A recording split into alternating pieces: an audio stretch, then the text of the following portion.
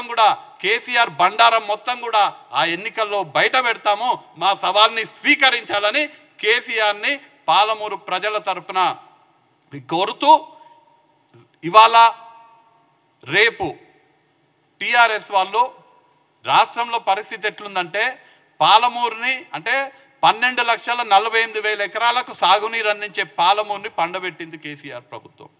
మేడిగడ్డని బొందబెట్టింది.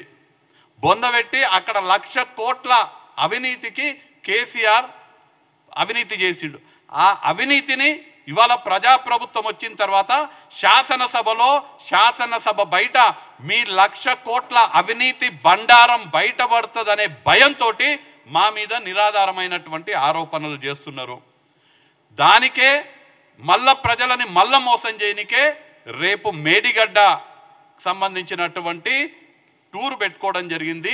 TRS దొంగలు రాష్ట్రాన్ని దోచుకొని 7-8 లక్షల కోట్ల అప్పుభారం తెలంగాణ ప్రజలపైన మోపినటువంటి టీఆర్ఎస్ దొంగలు రేపు మేడిగడ్డకు పోయి మేము దొంగలం కాదు అని ప్రూవ్ చేసుకునే ప్రయత్నం చేస్తున్నారు.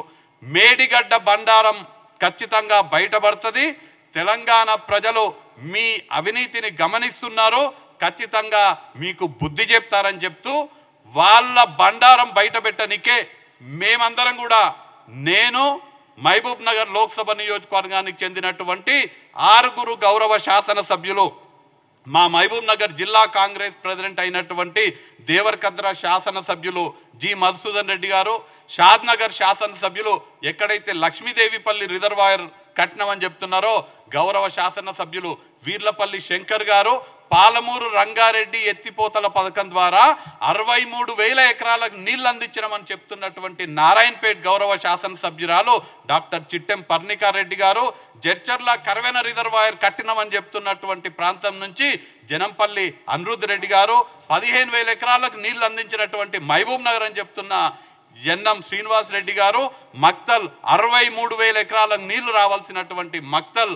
శ్రీహరి ముదిరాజ్ గారు, మేమందరం కూడా మీ బండారం బయటపెట్టనికే మీరు మేడిగడ్డలు ఏమేమి అవినీతి చేసిండ్రు, పాలమూరుని ఎట్లా పండబెట్టిండ్రు, పాలమూరులో మీరు చెప్తున్నది ఏంది, పాలమూరు ఎత్తిపోతల పథకంలో అసలు అక్కడ ఉన్నటువంటి వాస్తవం ఏంది, మీరు పాలమూరులో ఎన్ని కోట్ల అవినీతి చేసిండ్రు, మీ అసమర్థత ఏందో బయట పెట్టనికే మేమందరం కూడా రేపు చెలో పాలమూరు రంగారెడ్డి ఎత్తిపోతల పథకం కార్యక్రమాన్ని రేపు తీసుకోబోతున్నాము. డిసిసి అధ్యక్షులు మధుసూదన్ రెడ్డి గారి ఆధ్వర్యంలో రేపు ఆ కార్యక్రమం ఉంటుంది. నేను ప్రెస్ మిత్రులకు కూడా విజ్ఞప్తి చేస్తున్నా, మీరందరూ కూడా వచ్చి కేసీఆర్ వచ్చే నిజ స్వరూపం ప్రజలకు తెలియజేసే బాధ్యత పాత్రికేయ మిత్రులు తీసుకోవాలని నేను మిమ్మల్ని విన్నవిస్తూ ఆ ప్రోగ్రాం సంబంధించినటువంటి డీటెయిల్స్ మా మహబూబ్ నగర్ జిల్లా కాంగ్రెస్